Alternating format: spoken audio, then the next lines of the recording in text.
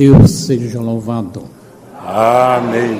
Agradeço a Deus também nessa noite, pelo Senhor ter me chamado na sua graça e me oferece a coroa da vida eterna se eu for fiel até o fim.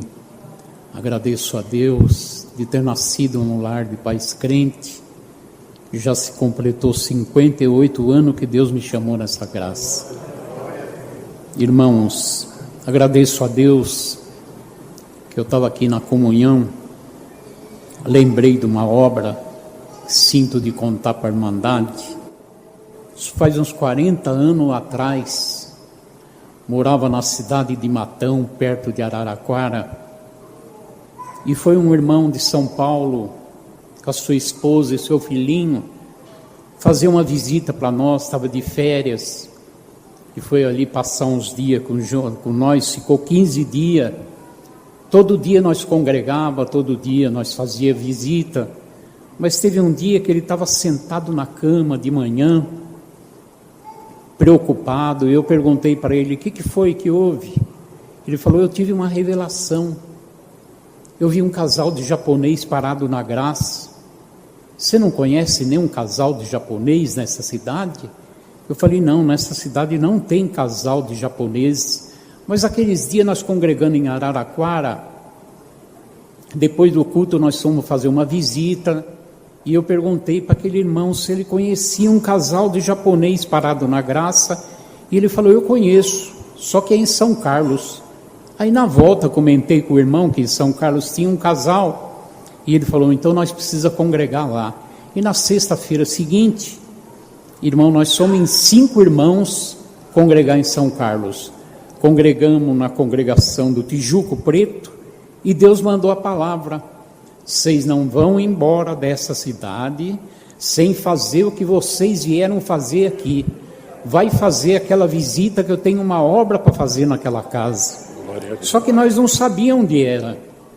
E quando terminou o culto, os músicos tocavam aquele último hino, e tinha um irmãozinho de palitozinho branco tocando violino, e o arrepiozinho me visitou e pôs um desejo de eu perguntar para aquele irmão se ele conhecia um casal de japonês parado na graça.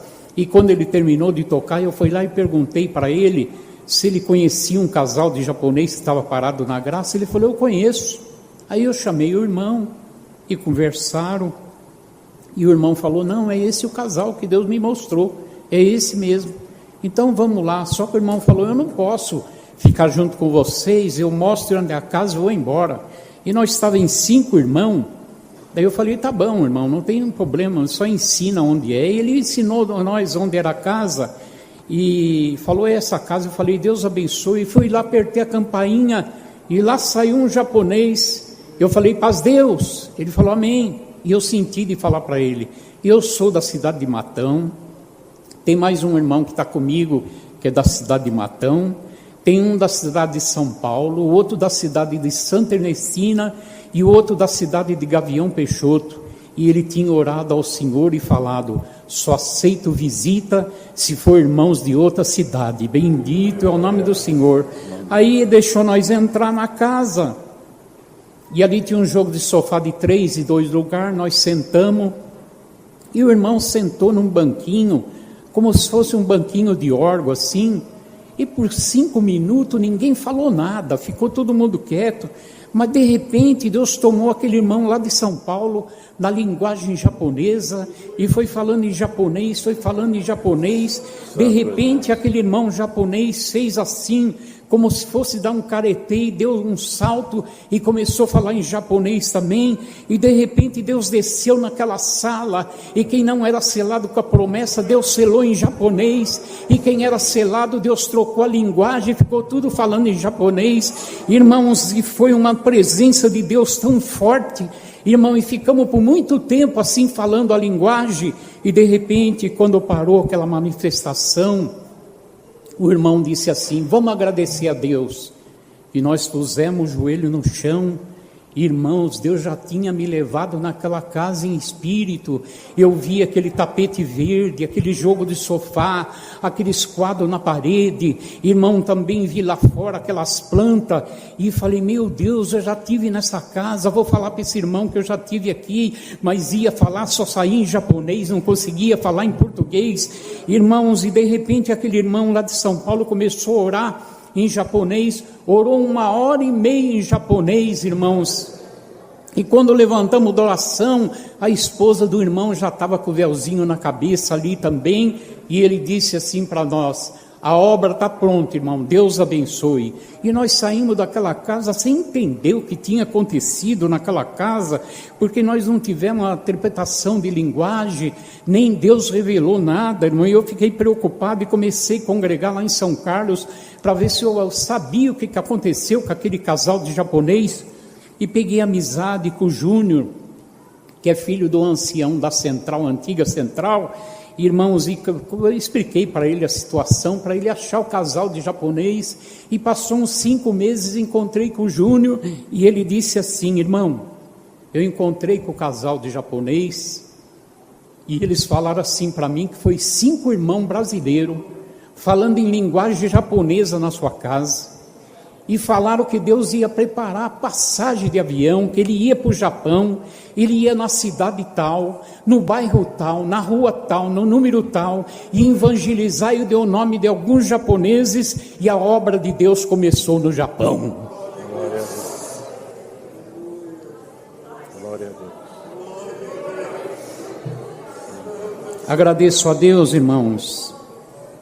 Nós subimos um morro, fui junto com a minha esposa, muito difícil de nós subir, irmãos, e nós com cesta básica nas costas, chegamos lá numa casa, o irmão estava deitado numa cama, uma casa que não tinha móveis nenhum, sabe, irmão? Cozinha só com uma prateleira de madeira, um fogão a lenha, não tinha mesa, não tinha nada, e Deus tinha preparado um caminhão cheio de móveis, irmão, para nós pôr na casa da Irmandade. Mas eu entrei naquele quarto, e o irmão deitado na cama, eu perguntei: o que você tem, irmão? Ele falou: eu fiz uma operação.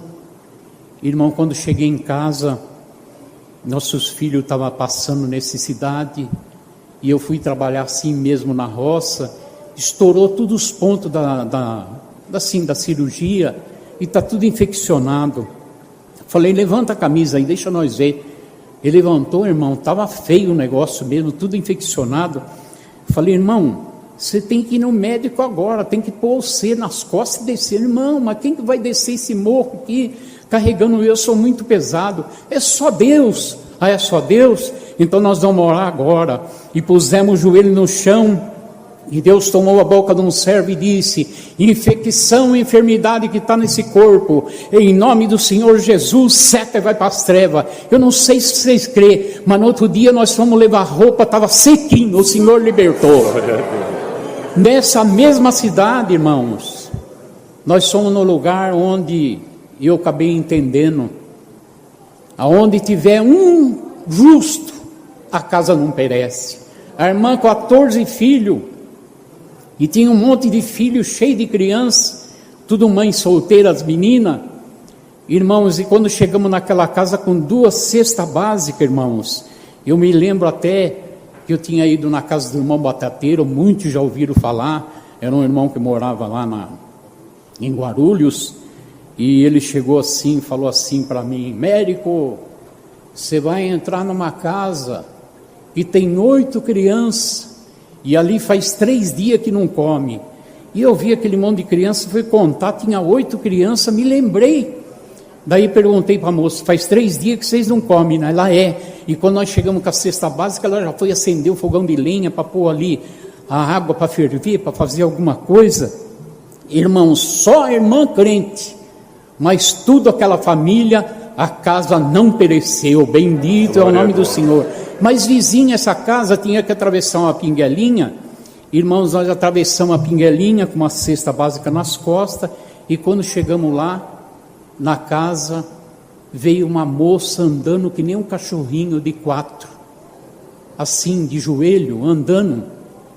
E quando ela chegou na cozinha, daquele jeito, aquele cabelão arrastando no chão. Irmãos, eu perguntei para ela: é assim que a irmã anda? Ela falou: é assim que eu ando. Eu falei: mas como? Como é que você faz para congregar? Ela falou: eu vou de joelho até, atravesso a piriguelinha aqui, fico na rua ali esperando o irmão passar com o seu carro para me levar para congregar, e eu não perco um culto. Bendito é o nome do Senhor. Irmãos, aí nós fomos orar e Deus tomou a boca num servo e disse: Senhor, na cidade grande, quantas moças desobedientes tem, que corta o cabelo, que se pinta, que usa saia rachada, saia transparente, saia curta, e nós olha para essa moça, Senhor, ela dentro da doutrina com o cabelão, com o saião, Senhor, e aquelas moças andam de pé e essa aqui anda de joelho. Senhor, entra agora nesse corpo dessa moça, entra nos ossos, entra no sangue, entra nos glóbulos vermelhos, nos glóbulos pretos, em nome do Senhor Jesus. Sai e vai para as trevas. Bendito é o nome do Senhor. Isso foi, irmão, em setembro. Em dezembro, Deus preparou um outro caminhão com mais de 100 cestas básicas, e estava eu, minha esposa, e nós fomos atender essa casa. Para nossa surpresa, você sabe quem veio nos atender? A irmã Gracinha. Deus libertou. Irmão, nós temos muita obra para contar, mas vamos deixar para uma outra oportunidade que Deus prepara. A Irmandade ora a Deus para nós. É tão bonito um crente levantar na frente e falar: eu agradeço a Deus no dia que o Senhor me chamou na graça. Mas mais bonito é o dia que esse servo aqui estiver dentro de um caixão e esse povo em volta cantando um hino de funeral. Aleluia. E Deus tomar a boca daquele que está presidindo e falar: esse venceu o pecado, venceu a vaidade, venceu o diabo, só resta a coroa da vida eterna. Eu agradeço a Deus por tudo. Deus seja louvado. Amém.